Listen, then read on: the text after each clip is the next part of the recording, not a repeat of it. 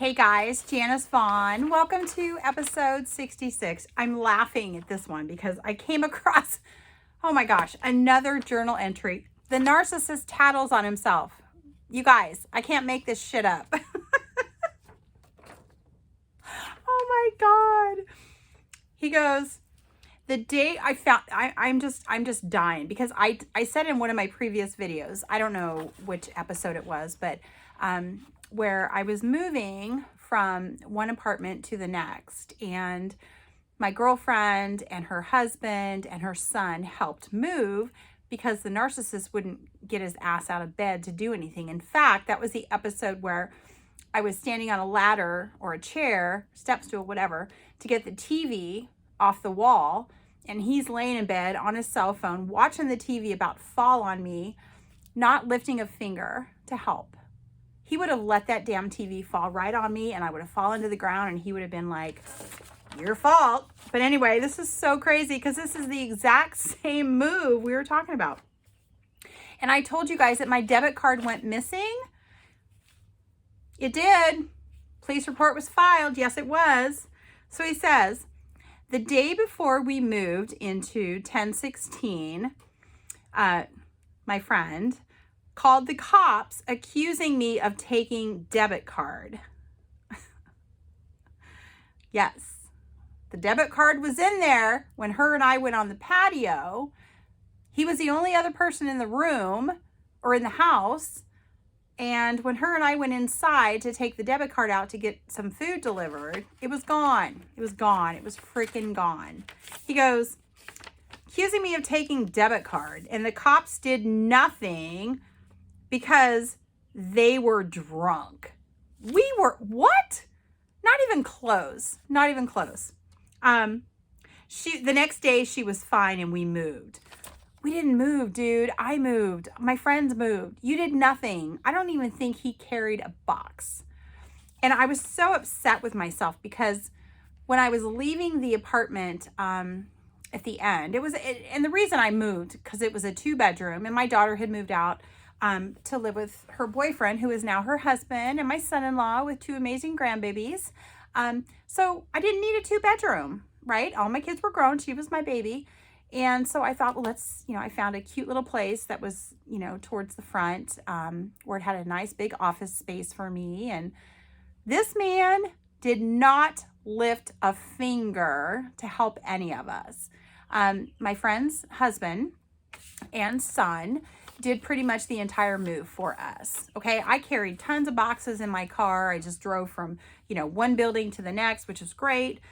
He didn't do anything. And when I went to the new place and I was unpacking boxes, my girlfriend said to me, she goes, you know what, Janice? She goes, why would you ever let this man into your new place? This is the perfect time to get rid of his ass because you already know what kind of person he is. And she was right. Girl, you were right. Okay. So I met him in February of 2016. This move that I'm talking about took place in August of 2016. Okay. So 6 months, and I knew tons of red flags. I knew all of the crap that he was capable of, but yet I continued to allow him to come in there. And you know what? I should have listened to my girlfriend. I should have said, you know what? You're right. This is my apartment, has my name. He's never been on the lease, never will he be.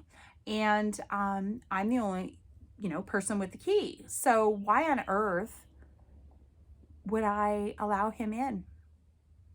But as soon as the move is over and he was, well, I hope you remember what you said and remember what you did, and trying to throw all this guilt trip crap on me.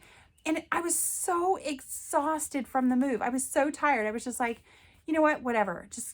Let's just go to bed. Let's just forget if this ever happened. So basically I enabled him again to say, you know what, fool, you didn't help any of us move. And you guys, August in Arizona is brutal. It's the worst month to be here. It's terrible. It's 115 degrees. The humidity is like 60%. Yeah, it's tough. That's the worst month to be here. And, my friends never left my side. They helped me. They moved. you know, kudos to them. And I'm so forever grateful. Seriously, thank you guys. But you know what? He got out of it because he didn't want to do anything. He didn't want to work the entire marriage. So this should have been a clear, you know, tall tale sign that he wasn't going to do anything from that moment on.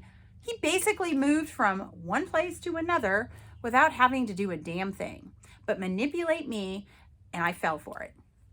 I'm sharing this with you guys because you guys are going through the same stuff. I know it. This is how the narcissists work. They put you in this guilt-ridden place where you just feel so freaking guilty for something they did. They did it. But they turn it and they make us believe that we're the ones at fault. We're not. Please do not believe that you're at fault. You're not, okay? And then this is some more notes that I shared about my friend coming over shortly thereafter. She was the one that was on one of my audio recordings calling him out and screaming at him going, "You are the biggest piece of crap on the planet. Whatever you're doing to her is unacceptable, blah, blah, blah." She stood up to him, and it's in, I can't remember what number it is, but you guys have to start from the beginning. But he goes, "She yells at me in my own home." Whose home? You never paid a bill, dude. You never paid rent. You weren't on the lease. Yes, by Arizona statute, you were a resident there. But for you to claim that it was your home is really gross. Tell me, she wanted to tell me how things should be. And then he writes, really? Because why? Because she called him out? Yes, she did. My friend called him out. She is the one that yelled at him and was like, you know, calling him on everything. And he couldn't stand it. He couldn't stand it. All right. Then we have, and then he's got this restaurant that we went to, and I will never forget this. Wow.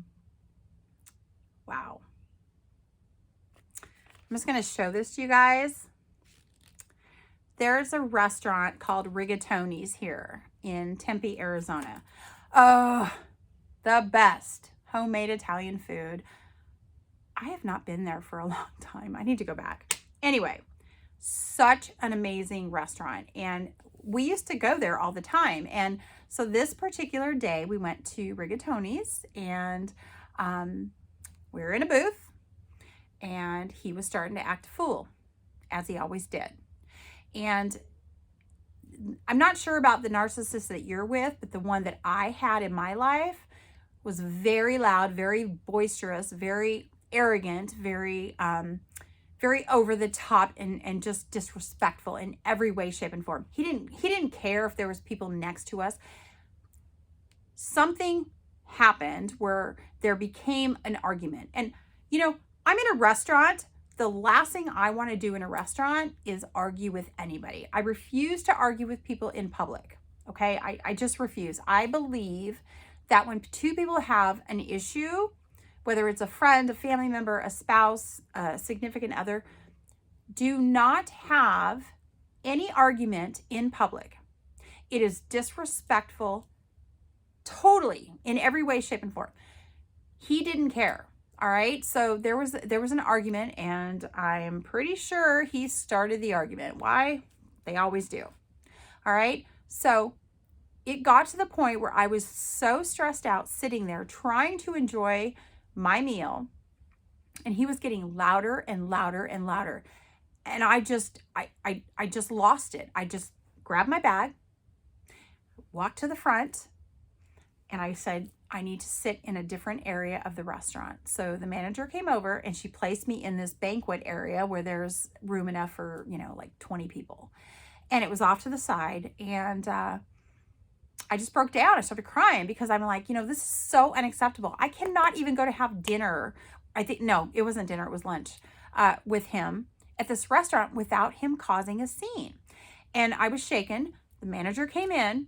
And I said, and he goes, "Are you okay?" And I said, "No, you need to call the police, and you need to have him removed, because I am not leaving in a car with this man." He was irate. He was degrading. He was rude. He was just over the top, unacceptably. The behavior was terrible. So he writes here, calls cops because I would not listen to her bullshit. And she walked out not paying the bill. Never, ever would I walk out without paying the bill. In fact, when I went up to the gal that seats us, I said, I need to take care of my tab right now. I took care of the tab. Of course I took care of the tab. But he's sitting here embellishing on what the true facts were. But I was so, like, I remember that moment where I was just shaken because he was so incredibly just rude and mean and just so hurtful that I had to leave. Because not only was I uncomfortable, but I knew that everybody else around us was completely uncomfortable. And when I tell you guys that the narcissist that I was with is rude and disrespectful, words don't even give it really true meaning, honestly, because it's so bad. It was so bad. And you guys have heard a lot of my recordings. Yeah, it was bad. So anyway, the police came, and unfortunately, we were in the same car, which is community property.